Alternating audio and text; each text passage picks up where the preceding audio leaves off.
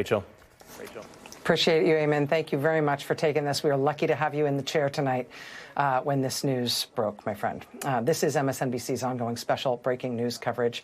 I'm Rachel Maddow. If you're just tuning in, we are following the break at 3 Iranian nuclear sites. One at Natanz, a site that had previously been hit by Israel. Israel and Iran have been trading strikes since Israel's surprise attack last Friday. Israel has already attacked the site at Natanz. Now the United States has done so as well. Another nuclear site near Isfahan in Iran. And also, according to the president, the facility called Fordow, which is a deeply buried facility. And that's important tactically because the U.S. military is believed to have essentially unique targeting capacity to hit a site like that. It is a deep underground facility.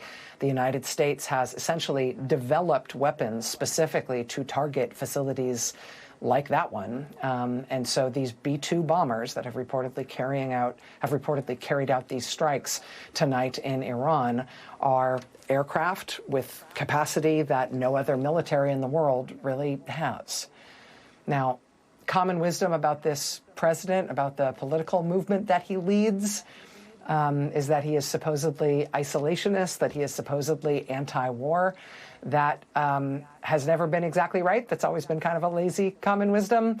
In less than 6 months back in office, he has threatened military action against Panama, against Canada, against Denmark in order to seize Greenland. He has bombed Yemen over and over and over again, and now he appears to have entered the United States military into a war in Iran, something that neoconservatives have thrilled to for, I guess, 2 generations now.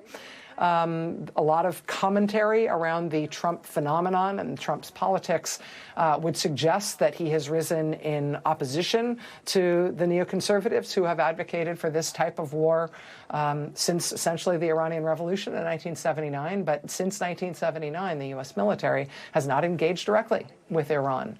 But Donald Trump has done so tonight. Donald Trump has ordered U.S. military bombing raids on Iran. We are now in war with Iran.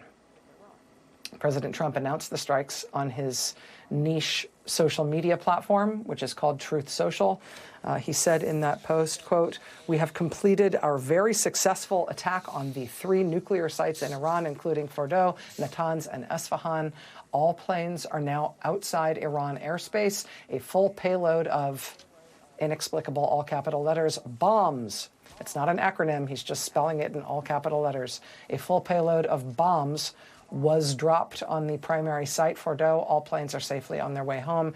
Congratulations to our great American warriors. There is not another military in the capital world that could have done this." And then he says in all capital letters, "Now is the time for peace!" Exclamation point. "Thank you for your attention to this matter." The president, in his quirky spelling and delivery, delivering the most sober possible message to the American people who have been largely opposed to and afraid of a potential U.S. war with Iran, again, for generations.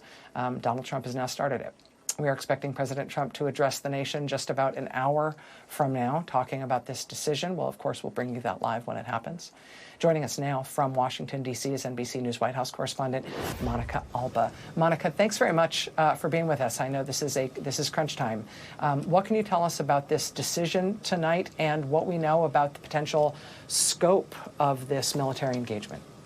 Yeah, Rachel, good to be with you. Look, this is an incredibly consequential decision of a massive scale for any president, but of course, in particular for this one who had been touting the fact that he was going to maybe give Iran as much as 2 weeks to see if a diplomatic solution could be possible. We knew that there were European leaders huddling with Iranian officials in Geneva as recently as yesterday.